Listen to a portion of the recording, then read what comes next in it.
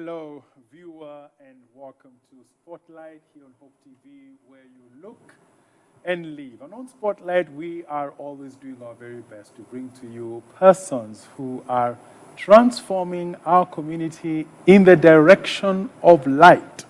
And young people, a very important chapter in our contemporary life. So many things happening around them. And it's hard to exhaust them. So we have to always come back and talk about what's affecting young people today. And we are so glad to be joined on Spotlight today by Hamisi Kirenga, who is the founder of Spread Truth Africa, a vibrant organization that does a lot of things, including empowering young people. And also we expect to be joined also by Dr. Evangeline Wangeshi, who is a specialist in public health and leadership advocacy later in the program. Again, do engage us as we continue this conversation, talking about youth and their stressors and what are the solutions. That's the question. Welcome to Spotlight. Thank you so much. Welcome, Hamisi. Thank you so much. Welcome to Hope TV. I appreciate it. Yeah. Happy to be here. I've been looking forward to joining you. And as you've already spoken so well with the introduction, that Spread Truth exists to reach young people of the Republic of Kenya and beyond. And so far, we thank God that we started 3 years ago. Actually, we started in May, in this month we are in. My first encounter with Spread Truth was in the US, where I had visited when I was a youth pastor. And I went to New York and I saw what they were doing in New York. And it quite impressed me how they were using different programs to reach the youth. And the president, who is Jerry McCorkell, said, if it can work in New York, it can work in any city. And that is when I got the passion to come and actually start Spread Truth in Kenya. And we did start in 2018 when we partnered with the government of Kenya to be able to reach the youth in Nairobi and the various churches. And our main thrust is evangelism as an organization, but we use different mediums to be able to bring young people. And I realized that with the way the world is changing, we need to change the way we reach young people, even as a church. And Spread Truth being a Christian organization, we have 5 pillars that we use to reach the youth of this republic. Number 1 is a program called Kikao. Kikao simply means conversations, commonality, and community. We seek to bring young people together in a safe space where they can be able to talk about their issues. In fact, if you're very familiar, last year, there was a video that trended in the country and beyond about a lady talking about her son committing suicide. That was actually done by Spread Truth and in conjunction with the national government in our program called Kikao. It made it to so many seminars, so many workshops, so Yes. many churches, and so many secular spaces. Yes. I remember that. A very moving testimony. and sad, tragic, but at the same time very empowering. Yes, and that is one of our program called Kikao, where young people can talk so that we can listen to them, hear what is it that they're going through. And out of that program, we've discovered a lot of things that are happening in this country. And the second program that Spread Truth is engaging right now is what we call Sports Fest, where we use sports as a way of reaching young people. And in our sports, it's very intentional, whereby we use basketball, soccer, and volleyball to talk about values. As you're all aware right now, we have a problem with honesty in this country. We have a problem of hard work. We have a problem of love. And we have a problem of self-discipline. And those are the values that Spread Truth is actually inculcating in our Sports Fest. And we've done Sports Fest so far in over 20 counties in the Republic of Kenya. And the other program that Spread Truth is doing to reach the young people is a program that has really kicked off right now in Kajiado County, and that is the anti-FGM psychosocial support. We have a program called Hive Initiative, where we talk to the young people who are going through FGM in this republic. We discovered this, Reverend, that in the last 3 years, because of the pandemic, FGM cases have increased, and the young people are the ones who are suffering. And Spread Truth came up with the first, actually, curriculum in this world that deals with the psychosocial aspects of what the youth are going through, but also the spiritual, because you remember our thrust is evangelism. So if you look at our material, we actually talk about God first, and eventually we talk about the emotional needs of the young people, especially in this ASAL community. But the other aspect of why Spread Truth exists is in food distribution. We really distribute a lot of food in this republic. We have had a lot of drought, especially in the Horn of Africa. Right now, in this republic, 60% of our population is in need of food. And Spread Truth Africa has been going out in this republic, making sure that we supply food, especially to the marginalized community. We also make sure we preach the word of God as we take the food, but also our food is very nutritious. We are fighting malnutrition. And you realize the young people that are coming up right now have a lot of stunted growth. And Spread Truth, we are very intentional in our food distribution. But the last thing that we do, which is very key for us as Spread Truth, is in church plant and leadership training. Because when you realize, as we do the sports fest, as we do the kikao, as we do the food distribution, we'll have so many young people give their life to Christ. And many young people will say, where do we go to church? And as a result of that, we have materials that are geared towards pastoral training so that we equip the churches to be able to handle these young people when they come to these churches. But the other thing also which we do is also building churches. You do a lot of things. Yes, you can see that. You do everything. Actually. Yes. We do everything, Yeah. but majority of it is making sure that our young people have hope in this republic.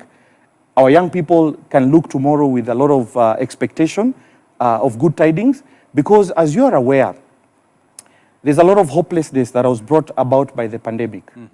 And our interaction with young people across the country in our various platforms that I've mentioned, we've realized that if we don't get out to where they are, young people are no longer going to church. Young people are not finding church to be more fashionable. And for us as Spread Truth, we want to remind them again the importance of church, but also the importance of God in their lives. And we use these programs to make sure that our young people can go back to church. Okay. And be able to believe in Jesus Christ as their Lord and Savior. That is the ultimate goal. Okay. So if we give food and this person is happy that their stomachs are filled and not born again and they are going to hell, then we have failed in our mission. And so we do all these programs to make sure that at the end of it all, these young people are brought back to the person of Jesus Christ. Okay. From New York Yes, from New York. to now, all the things that you're doing here. Yes.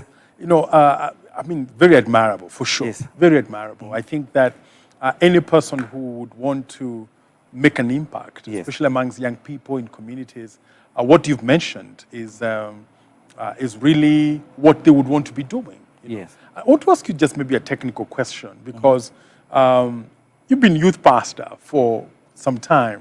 18 years. Yeah, 18 years, Yes. you know, and then you made a bridge, or you moved now to found Spread Truth Africa. Yes. But the interesting thing is that you work a lot with government. You know, from youth pastor to working with government, because you work a lot with government.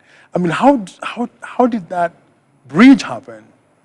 I must say, Because many people Yes. would rather stay in church. They're safe True. to just stay in church and do all these things in the church. Yes. But you made a kind of a twitch to it. Yes. And now you are talking government and God. Government and God. How is that? that's very important, because you remind me of a saying. Actually, I read a book by Sparful that talked about fishing from the boat and fishing in the boat.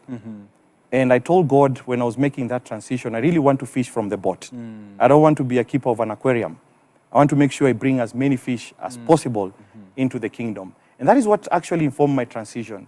But needless to say, when I came back from the US, that was in 2018. Remember, I told you Spread Truth actually is an organization that exists in the US. And they do a lot of work in New York. And you all are aware that New York is a very cosmopolitan city. And in fact, they say New York is the gateway to the world. And so if it could work in New York, definitely... Not all of us are aware. Some of us imagine. So if it could work Anyway, in New York, yeah. because I was able to visit so many cities, actually small towns in New York, and I could see what Spread Truth is doing. And I said, if I can only juxtapose this in Kenya, especially Nairobi, it can really work. And that was in 2018 when I made the shift. I was still a youth pastor then. And I felt like I needed to get out there and fish from the boat and get these youth who are not coming to church, because you're all aware that there's a huge percentage of youth that are not attending church on Sunday. And how do we get them back to church? Okay. And that is what Spread Truth is all about, and the materials that they use, which are very relevant to the day and age. And therefore, when I came back in 2018, you're asking about the government. When I was making the announcements to the churches on how we can partner to bring youth, in fact, I want to say thank you to CITAM, because they really helped us a lot with sporting teams from basketball that time and soccer teams. That we had a huge sports fest in Nairobi. And the government was aware of that and said, how can we partner so that this program can become holistic? Because as you're all aware, for us to be able to tackle these stressors of youth, we need a holistic program and we need as many players as possible. And the government came on board and said, wherever you go, Hamisi, as you do this sports event in Nairobi, we are going to come with our services annexed to the program, especially the formal settlement where the youth are not getting ID cards, where the youth have various challenges that, especially the government services that they need. You're all aware if you're a young person and you don't have a national ID, it is very hard for you to be able to get employment. And therefore, the government said, we can come alongside and tag and be able to provide these services as you reach the youth with sports. Okay. And that is how the government came on board. And after that, Spread Truth, when it was founded in Kenya in 2019, the government of Kenya said, can we do an MOU so that we work together as you go around the country, reaching the youth as far as sports is concerned, talking to them about values, because the government came up in 2019 with Kenya Youth Development Policy, which talks about values and talks about youth programs coming together and creating synergy. And therefore, that is how we came together with government. They were saying, we like what you're doing. But also, more importantly, the National Youth Council that is led by Roy Sasaka, the CEO, who is also a believer, said, how can we work together so that we can have what we call coordinated approach as we reach the young people of Kenya? And you're all aware, if you have a multi-sectoral approach, it is very easy for you to be able to have impact on the ground. That is how Spread Truth has grown. Surprisingly, even the UNDP is part of us now that are saying, can we work together? Because that is how we can be able to tackle the stressors of young people. Okay. Let's stay with that, the stressors of young people. Yes. And again, Dr. Evangeline Wangeshi, welcome. Thank you. It's good to have you here. And we're talking about young people and the stressors. But let's begin with you in your work as a therapist. And when you observe the society right now, what do you see as the major challenges that our Kenyan society is facing at present? Because that includes also young people are facing these challenges. So, and you meet so many people in your work, and both as as a therapist, as a person in advocacy, as a person in public health. You meet, every part of Kenya. But what do you see as the main challenges that our society is facing today? Yeah, and thank you for your time. I think one of the things that as a society we're doing, we have become more individualistic. So with individualistic is each man for himself, and therefore with the youth or the adolescents, then we find out that they're suffering in silence because there's that isolation and loneliness. And there's also pressure, whether it's media or academic pressure or relationships. All those are factors that, of course, as we continue our conversation, that lead to some of those mental health challenges. The suicide and the suicide rates among the youth increasing. But I think the issue of just the community has kind of stopped or failed to be that community of, if you're suffering, we are there for you. We got your back. You're not alone. You're not alone in your corner. But now it's more of, it's about me, myself, and I. And therefore, it becomes a challenge for the youth because they have a lot of energy. So where do they, invest all these energies? What are we going to do with the youth? So we need this conversation. We need to continue supporting the youth as much as individualistic culture might be the thing that we are doing right now. We are absolutely failing our youth. Yeah. That's quite a statement there, that we are failing our youth. We are. And we'll stay with you a little bit because there seems to be a disconnect. Because if you go to places like New York, where my friend has been, you find that people outside around the world know Africa as a community, as having strong community, as having strong family bonds, right? And so Africa, Kenya, known the world for family culture. But now you say that young people we have become individualistic, and young people are alone. So the disconnect between generations. That one generation is living its life, and young people are living their life. Can you talk about that, that noise there? Yeah, and there is a lot of noise. Noise coming from the social media. You find even the adults in the room. The adults in the room, unfortunately, they also, some of them are behaving like the youth on the social media. And so whether it's the parents, they're on social media, the kids are on social media, everybody got their gadget. I've been to homes where, you know, that's how they communicate. On food is ready. You know, you text each other, breakfast is ready.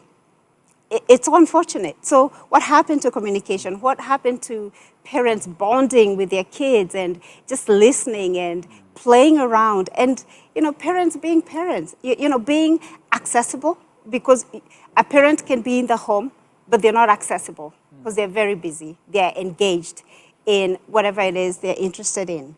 So we need to bring that back. We need to bring that parental care, the bonding with, you know, as a family. Do we ever eat now together as a family? Do we all sit at the dining table? Whether you sit on the floor, whether it's you have a good kitchen, you know, but spend time together. Get to know your children, get to know your youth, get to hear from them, their concerns, their struggles, what's working, what's not working.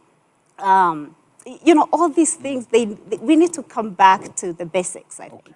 Yeah, family basics. Yeah. Isn't it interesting, Hamisi, that we all have to come back to the basic at some point? Because society becomes so sophisticated that we think that for us to take care of our young people, we need some really strange formulas. But you talked about education as a big part of what our Spread Truth Africa is involved in. And you mentioned about poverty, you know, and we see a lot of that when young people in primary school and in high school, they've performed so well, you know, but they cannot access education. And that's a stressor by itself. I mean, just comment about poverty and young people and stress. Yeah, and thank you for that question, Reverend, because like I mentioned to you earlier, the last 3 years, I believe the level of poverty have really, really gone high because of the pandemic. And as a result of that, in our ministry engagement with the youth, especially in the university section and the high schools, we discover that most of them actually are struggling to pay school fees. They don't know about tomorrow. And it has really, really, really gone on a rise right now because many of them are unemployed, especially the parents. And as a result of that, like what she was talking about, there's a lot of stress at home, which now not only is it because of money, but also it's becoming huge in terms of the fact that now these young people, their parents are not working, and now they're in school, they're not able to get school fees. So the young people right now, I can tell you for free, they're going a lot of straight. But there is hope, because one of our programs we're doing, the Kikao, is whereby they have been talking.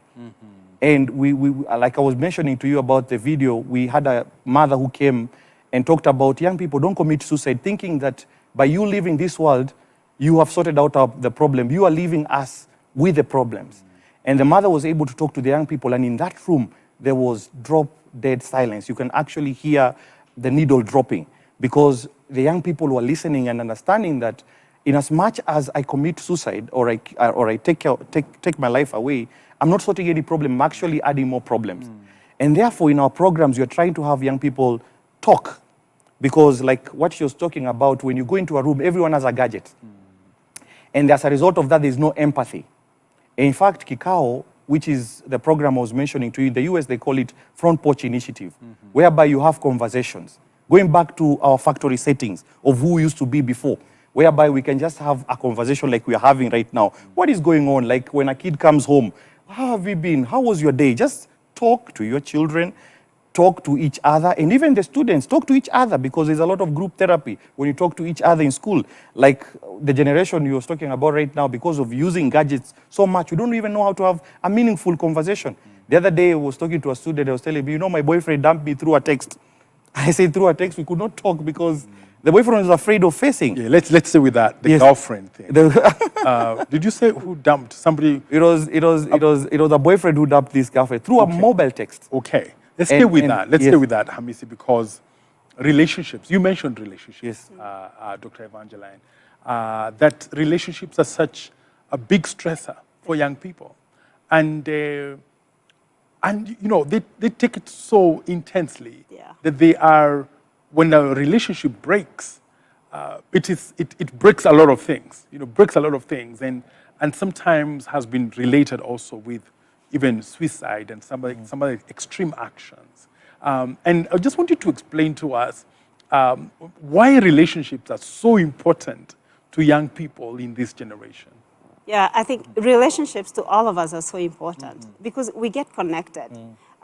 There's that emotional connection. So there are those ties. You invest in a relationship. You invest your time.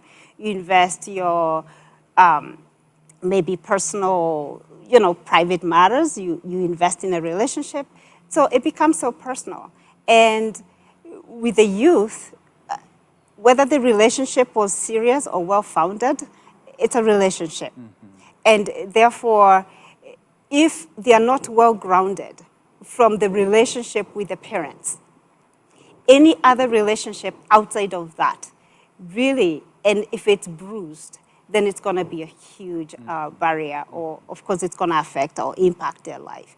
So I think for me, I go back to the parents and I go back to the adults or the caregivers for these youth, that if we could strengthen those relationships so that even if it's your 16-year-old girl, 16-year-old son who goes out and a girl dumps him, via text or Facebook or whatever it could be, it won't be a big deal because they know at home, my mother, my father, my caregiver, they got my back. I'm well protected. They have that self-esteem. So they have nothing much to worry about outside of the home. Anything comes outside of the home, it's secondary, but family first. So unfortunately, we have some dysfunctional families, and the lack of, and I don't want to sound like I'm challenging the parents, but I think we still need to come back and ask our youth what is happening, what's going on, and do it without judgment. Express empathy, express empathy, be present in the moment, show them that you care, whether whatever they're doing doesn't make sense, it's stupid or whatever, it does make sense because if we don't listen to them at home, somebody else will be listening to them outside that home. And you never know who that person is. So I hope we can invest more time in our youth because they need us. Okay. They truly do. And going back to the home, right? And Yeah. the home, Hamis. The home. You talked about values, and how important they are, and those values usually will be grounded in the home. Maybe you can talk about the home, as a source of values for young people. Yeah, and that's very important because, like what she's talking about, it goes down to the family in terms of the health of the young person in this country. And when you look at even your home, what are the values that defined your family, if I was to speak? What are the values? Like I can say, the values that defined my family when I was growing up was hard work, honesty, which I've actually inculcated in what we are doing as Spread Truth across the country. Because you discover many homes, they don't have values. If you were to ask many young people, what are the values that define you as a family? And you discover that many young people say, we don't have any values. So what did they do? They pick anything that is out there. And therefore, for us, I think it will be very crucial, even as we speak to the parents right now, who probably are listening to this right now, that it is important to start thinking, what are the values that define the Hamisi family? What are the values that define the Furi family? What are the values that define the Kibani family? Because these are the values that the young people, when they go out there, are going to implement whatever situation of their life they will be in. However, if they don't have the values, therefore, that is when the pressure comes in, like what we're talking about, when they see things on social media, and they discover that, in fact, there's a lot of hogwash. They discover that these things that they see in the social media, someone has worked hard to get them. It does not just appear from the blues. And when you teach them, like for example, we teach the young people across the country on hard work, that nothing comes easy. You have to work hard for it. And therefore, when you see young people in this country, some of them right now, I was telling my team as I was coming here, I was having a conversation with another youth today, and she was telling me, because I realized she was very young, she was in a shop selling. She was pretty much around 19. So I asked her, why are you in a shop selling? She said, you know what, I finished my high school, was it last year? And I want to make it big.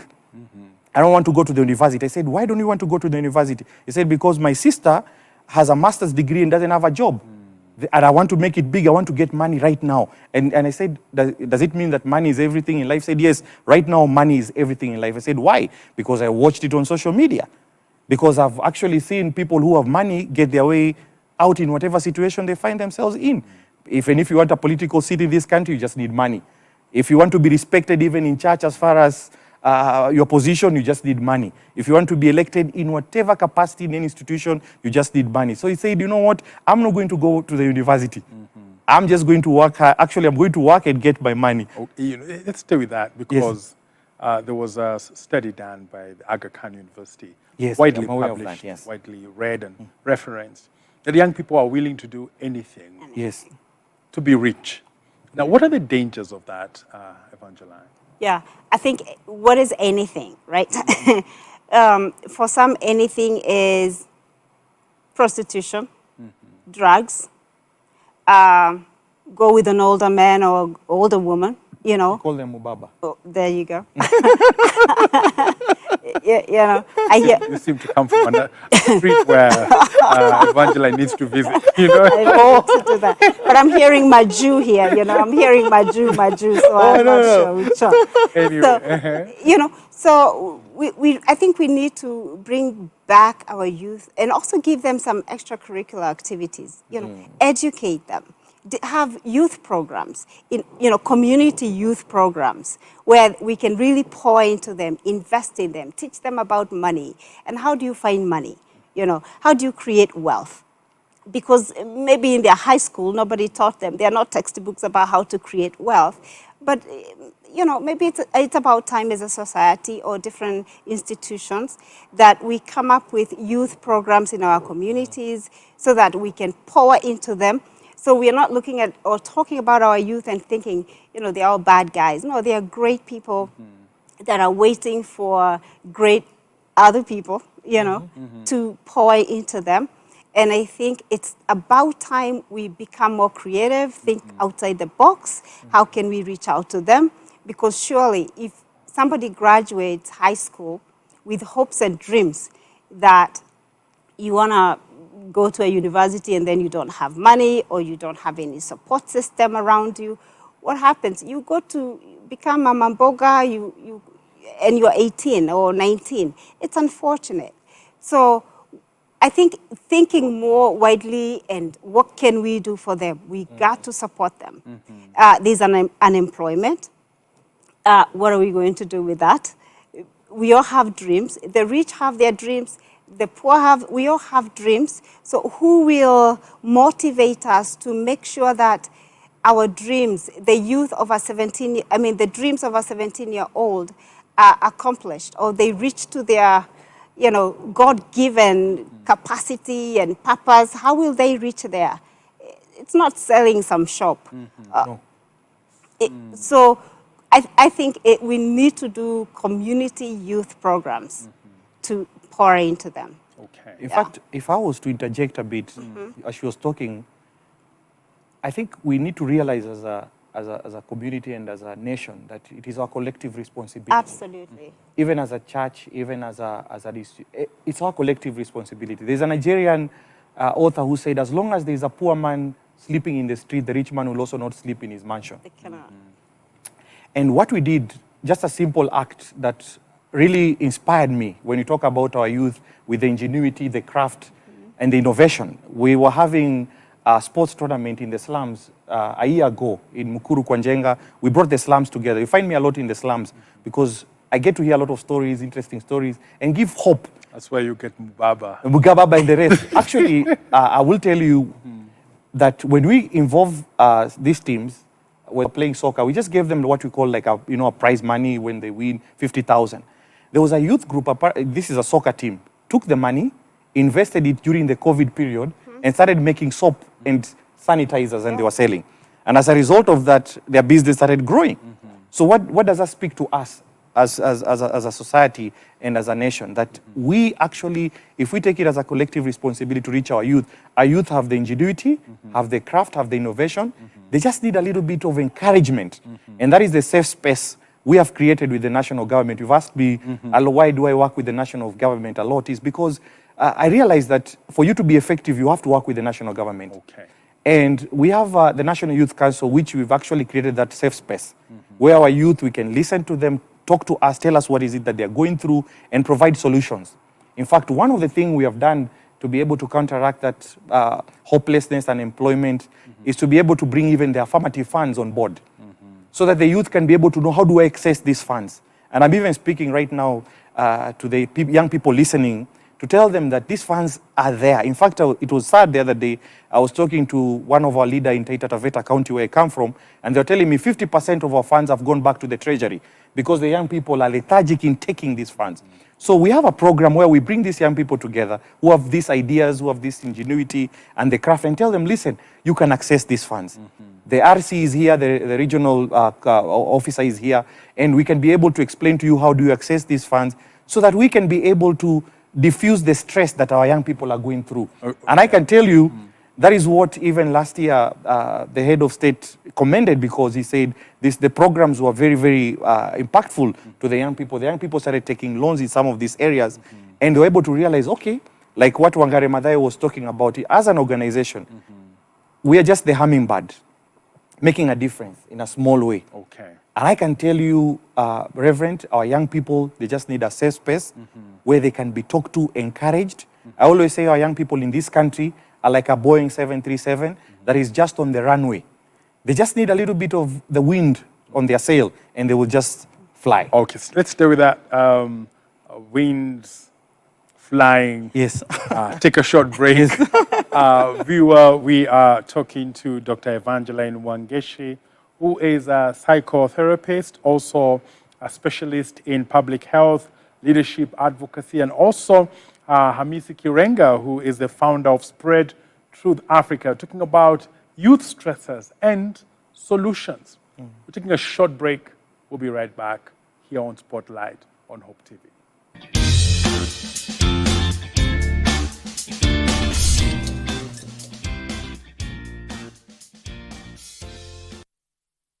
Since the year 1976, there have been 60 national emergencies that have been declared, and right now we're in the midst of one, COVID-19 and the spread of the coronavirus. Travel has been banned from Europe. We're living in a day where lockdown is happening. We're not allowed to gather in groups of more than 25 people. It's suggested no more than 10 people. Restaurants are closing. Grocery stores are empty of necessary resources and needs that people require. We're living in a time of stress, anxiety, fear, and worry. How do we, as sons and daughters of God, respond and react to the coronavirus? Here's what the Bible says in Psalm 91. It says that we shall not fear the disaster that erupts at noonday, nor shall we fear the pestilence that roams through the night. Now that word pestilence in the original language can literally be translated goblin. One early English manuscript translates that word pestilence as goblin. Then when it says disaster erupting at noonday, we need not fear, that word in the original language can refer to devils. And that's what this coronavirus really feels like, a goblin lurking in the shadows, devils surrounding us to our right and to our left, a phantasm in shade crawling up from the underworld. People are afraid. But why does the Bible say we need not fear the virus? We need not fear the disease. We need not fear the pestilence in our day. We need not fear the coronavirus. Here's why. Because God is bigger than the coronavirus. And fear of the coronavirus is more lethal to the spirit than COVID-19 could possibly be to the body. So I want to encourage you that you are indestructible until God calls your number.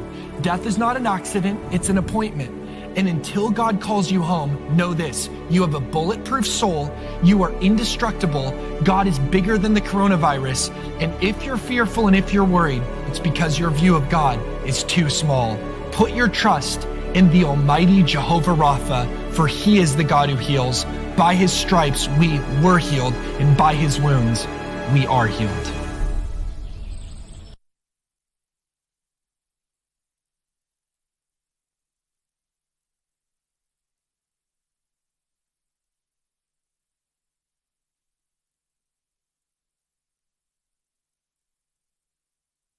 Hope TV is where you look and live, with an excellent selection of the best Christian programming consisting of local and international content, of inspirational stories, talk shows, Bible commentary, youth, health shows, children entertainment, contemporary gospel music, extended times of worship, live broadcast, news, movies, drama, Christian ministry programs, and so much more. Hope TV is another quality service from Christ is the Answer Ministries, with over 45% of authentic and credible local content every week. Hope TV is a sister station to Hope FM, Kenya's leading Christian radio station, with footprints across the country. Tune in to Hope TV, where you look and live.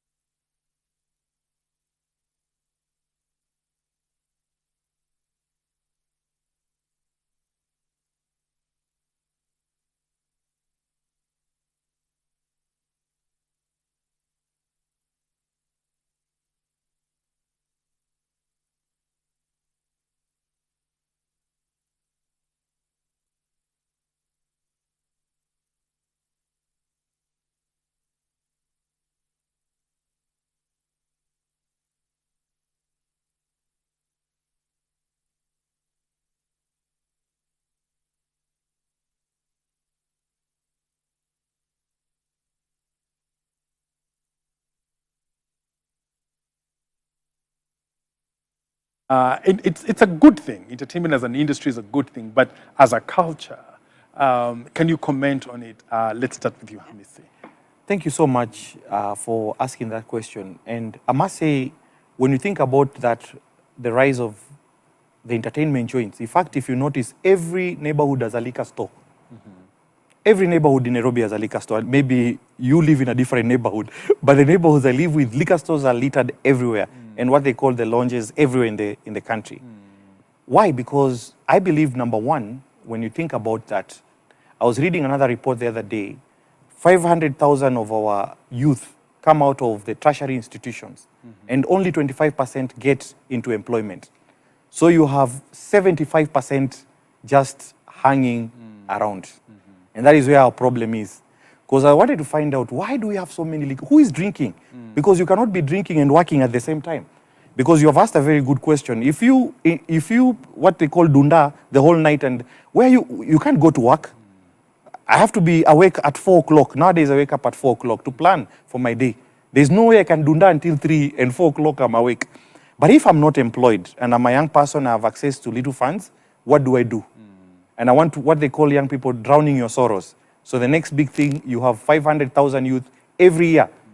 25% only get into employment. 75% of the 500,000 are not employed, they are hanging. And therefore, there's someone who has noticed that gap and realized the best thing I can do, let me have what we call these clubs across the country, and let me have this liquor store to keep this youth busy, in quotes. But I think there's a bigger problem, and that is unemployment. That is what is now making this youth become entertained. Okay. Yeah, I think, of course, the statistics are pretty high, but I don't want to take the entertainment away from the youth. The question is, what type of entertainment should we expose them to? Because, I mean, as a youth, you want to have fun, you want to enjoy, life, all the energy they have. It's good to have some fun, but what kind of fun? Is it a safe environment? Is it a safe space? And with whom are you having this fun with? And of course, what is your description of fun, and hanging out with? So I want the youth to have a good time, enjoy themselves and their youthfulness, but we need to create a safe space for them so that, to make sure that they're productive. We don't want them to go getting all wasted because, you're 19 and you're already getting high, you're getting drunk, you're shooting dope and all. You're wasting your life. So what else can we do to make sure that they still have their friends around, they still have their time together, and they're having fun without shooting dope or getting high on weed and alcohol and other substances? So what do we need to do as a society? So I think for us to get this solution, to get the solution for the youth, all of us must come together. It's a collaboration of different institutions, whether it's universities or community leaders, the churches. The churches must be involved in this because there are a lot of youth going to church or they don't want to go to church. So why is it that they don't want to go? So maybe we can be more creative within our spaces of worship so that we can entertain them. So they have a safe space where they can have the fun. But I think we need to keep them entertained. Yeah, and I must say, as I add to that, I agree with you, they should be fun. But I remember when I was growing up, my dad, again, I was talking about how parents can play a big role in your life. And my dad played a big role. He used to tell me, play now and you pay later. If you pay now, you will play later. What he was saying to me right now as a young person is that there's a season for everything. And you need to have this fun we're talking about in a safe space. I can give you a good example of what we're doing, like sports. Sports, I can tell you for free. The other day we had a huge tournament in Eastlands, late at night. And what I noted, Reverend and Evelyn, is this, that for the team to be able to win, because they want the money, they have to practice before the tournament. So what does that do? It keeps them occupied. And this is fun. In fact, we had a lot of fun. And it was a tournament, a sports tournament. It was not. I don't believe going out has to be, because right now, I can tell you for free, with the research being done and everything that is happening in the world, going out is not safe anymore. We are all aware of what is happening even with the mchele business, basmati business, and going out is not fun anymore. Yeah. I can tell you for free, right now Nairobi at night is not a safe space. Like what she was talking about, there is no way a sane parent can allow their kids to go out at night. I think it is no longer safe. However, I agree with her in a sense that we can have this safe space, like sports. We went to Eastlands. This is a notorious place, but at night we were having basketball late in the night. And these kids were having fun, they were shouting. And again, like what she talked about, the church. I grew up in church. I'm a product of church. I remember we used to have concerts. I used to even to come to your church. We used to have concerts. And I used to look at, I was telling my team, I used to admire Reverend, looking at him. I couldn't wait for him to preach. We grew up in that environment that has shaped us to be where we are today. And it goes down to parents again, like what she was talking about. Because the parents have, I believe in my own sense, they have let go of their parenting duties. Because for you to have a strong nation, you have to have a strong family, which goes to a strong church and a strong nation. Okay. So if we have a youth in the national level who has failed, it's because we go back to the parenting. And that is why I say, as an organization, we realize fun is very important. And that is why we inculcate it in sports. And I can tell you, across the country, the other day, as I finished, we were having volleyball. Volleyball is a very low-hanging fruit as far as a game is concerned. We were able to just put 2 poles and a net. And I can tell you, it was in Meru County. We had over 100 teams in Meru County. Young people. And we actually upped the prize money to 100,000. And you could see, they almost brought professionals from Nairobi. They were having fun. Even the Mogoka was not being used at that point because these young people just needed a space. And that is why I agree with Evelyn. We need to be, all of us, including churches, institutions, to create that safe space for our youth. And I think for some reason or another, some people have left it to either a certain group, institution to be able to do that, either it is a school or what, but I believe, especially the church, I'm a product of the church, and I have so many young people who are products of the church, who grew up in a safe space. We used to go for concerts, so many concerts in Nairobi. We used to have extreme concerts done by Lighthouse. I remember, and they were fun, it was organized fun. Yeah, it's quite interesting. Yes. of this, like, the language of safe spaces. Yes. Yes, you are a young person. You need to be in a particular place out there where you are, having fun, but a safe space. You want to say more about that? Yeah, I think we need to create spaces for them where they can they can express themselves. We don't want to be too rigid. We don't want young people that are too rigid, too serious all the time. That's boring for a youth. We want to give them some life, create, whether it's basketball, whether it's football, soccer, music, playing different instruments. Just create, let's allow them to be creative. We don't always have to tell them what to do and how to do it. Maybe it's time now we allow them to, ask them, what do you want? What would you like to do? How would you like to do it? With whom?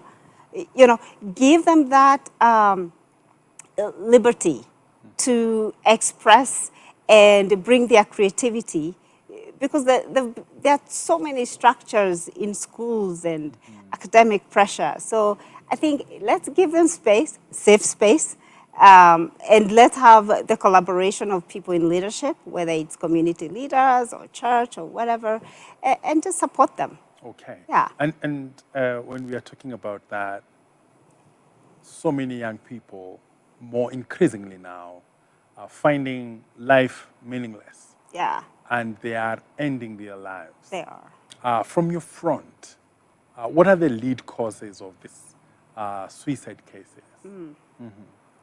Suicide, and it's unfortunate, of course, with COVID-19, that didn't help at all. Just globally, I think the statistics are about, according to World Health Organization, WHO, I think 800,000 people die by suicide per year. That's about one suicide per 40 seconds. Those are many. And the majority of those are between, I think, the ages of 15 to 29. Kenyans, we're not immune. So the idea of suicide, it's a slow and silent suffering for our youth. One, because of the stigma behind the mental health and mental illnesses, mental health conditions that we need to address. We also need to address the issue of the lack of mental health budget. Kenya does not have a specific mental health budget. I know there was a mental health task force that was established probably 2019, 2020. I haven't seen any budget on that. It's hard to be successful without a budget, because who is going to do the work? Who are we reaching out? So we need to address the issues of the youth. I think sometimes we downplay some of their behavioral health issues. We punish them. There's the ridicule. Why are you doing that? Your father wasn't like this, and your mother, whose child are you? I think we need to stop that and come to a space and place where we can literally pay attention to them and listen to them, what's going on. They're humans. They have feelings, they have thoughts. We need to allow them to express their thoughts, what's happening. COVID-19 happened to all of us, and that includes the youth. So that means they were also under pressure as much as the parents and, all of us were under pressure. I know we talk much about adults and depression, which is one of the common mental health conditions. Depression and anxiety, very common. Yeah. That's also affecting our youth. So what is happening? What happened to us? Suicide is a silent killer. So we need to address the issue of mental health. We just cannot be quiet about it. Okay. Yeah. Yeah, very, very important, because we want our young people alive, True.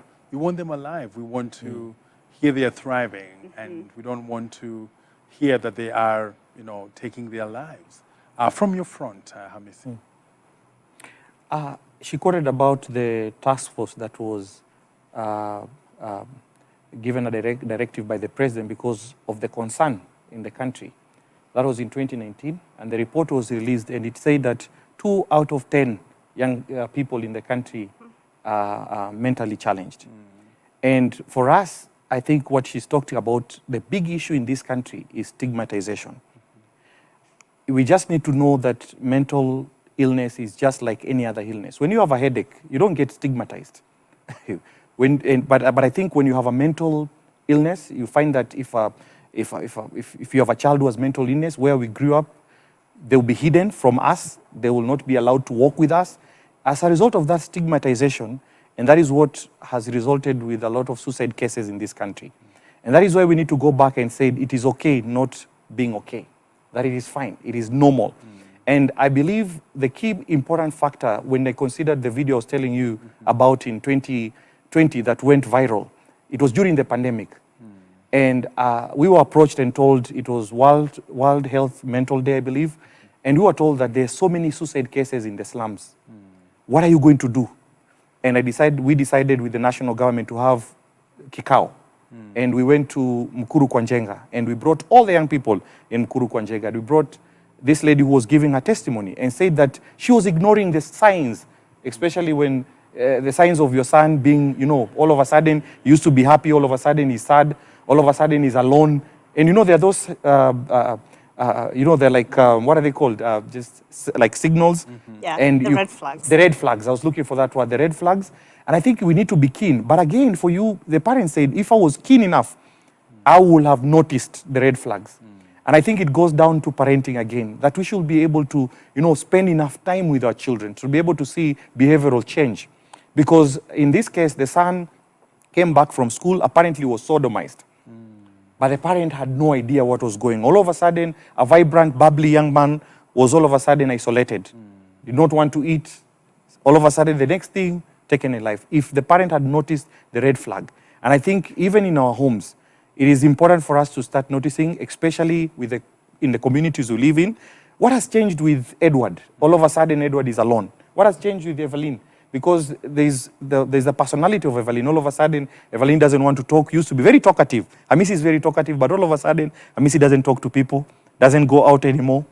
And those are the things that we need to be able to start seeing so that we can be able not only to take them, many times I will meet people, actually the youth would tell me, when they started exhibiting this sign, the parent would take them to church for prayers.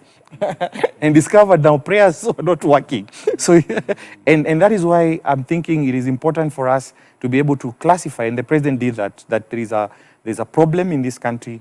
Mental health is a problem. 2 out of 10 people in this country are working who are mentally challenged and they need help.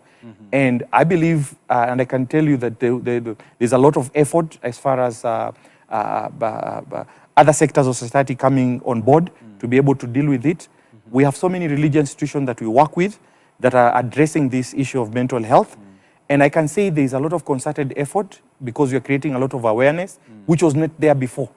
Sometimes I remember there was a person who used to come to our church and he will come and he will start, probably you could see some disorder and people will probably take the person away, doesn't want to mingle or mix. Whereas we know now it was a mental issue. Yeah. And because you've talked about church quite a bit. Yes. Would want to also, because we have a lot of spirituality in this country. If it was an exportable commodity or service, would be a first world country. Lots of spirituality. Yes. And sometimes it works positively, sometimes it works negatively. But how does spirituality become an asset for a young person? Yeah, and great question. And I want to add to something you mentioned. Parents are praying and it's not like, prayers is like it's not working. Prayer is working. But we need to integrate both prayer and these other approaches or treatment modalities. So we're not just going to do prayer and leave it at that. We will continue praying because prayer works and we don't want to discourage people. We want people to continue praying. But also think about, other treatment modalities. When somebody has cancer, we pray for them, we fast, we go all the way, we quote scriptures, but also we take them to the hospital.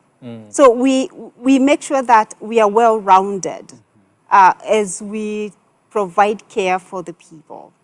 And so support systems are needed, making sure that the youth has good support system whether it's the parents, the biological parents, or the caregivers. Spirituality, we need the church, but also there's another side of it, which is more religious. You know, I'm praying, it's the devil, you know, it's not depression. If you come out and say you have suicidal thoughts or suicidal ideations, then we say it's a sin even to say that, going back to stigma. I think what is happening with us, you know, spirituality is a beautiful thing, so we don't need to make it like, you know, it's out of the norm. We need to bring spirituality and be real about this. These are real people and they are suffering. If someone is expressing suicidal thoughts, we need to make sure that they get the treatment that is needed.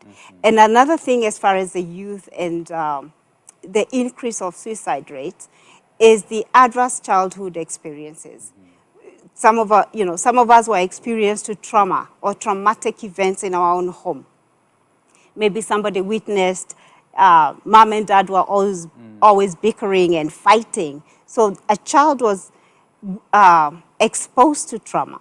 So by the time they're in their teens, then that affects or impacts how they make decisions, how they live life. Is it emotionally, how are they doing? So we need to also address childhood traumas as we talk about the youth and their suicides. Yeah, it's a lot of work. It's a lot of work. But the good news is that it works. It does work. And let me see, just maybe the final word, if there's a young person out there who is feeling stressed right now and they don't know what to do, I mean, maybe you can talk to them and tell them what practical thing they can do to get themselves into a place where they feel better. Actually, I want to say this as I finish. When I think, as she talked about building capacity in churches, I believe that for me, the church played a big role. And I want to speak to a young person who is listening that the best place, the safe space you can go is to go to a church and be able to be a part of a church family, because that is where you get your sense of belonging. We talked about loneliness. That is where you get your network of trust and social capital. Church is very vital to the lives of young people. In 2019, 2020, when they closed the church, I met so many young people who are so stressed because they could only find hope, most of them in church. So church plays a big role, and we cannot underestimate that. And I'm speaking to a young person who is listening to me. You're going through stuff. The best place you can be is under the leadership of a church. God bless you. All right. Your final word to the young people out there. Oh, we just want to say we love the young people. You matter to all of us. And that if you're struggling emotionally, it's time you find someone who has the best interest at heart for you. It could be your parents, it could be a friend, it could be a cousin, but just find someone. Don't suffer in silence. It's not worth it. But reach out because there's somebody waiting to hear from you. All right. Yeah. Great conversation. Thank you. Yeah. We can go on and on On and about on. young people and their value and also their abilities to overcome the challenges that they face. And so I really appreciate very much you being here on Spotlight this evening.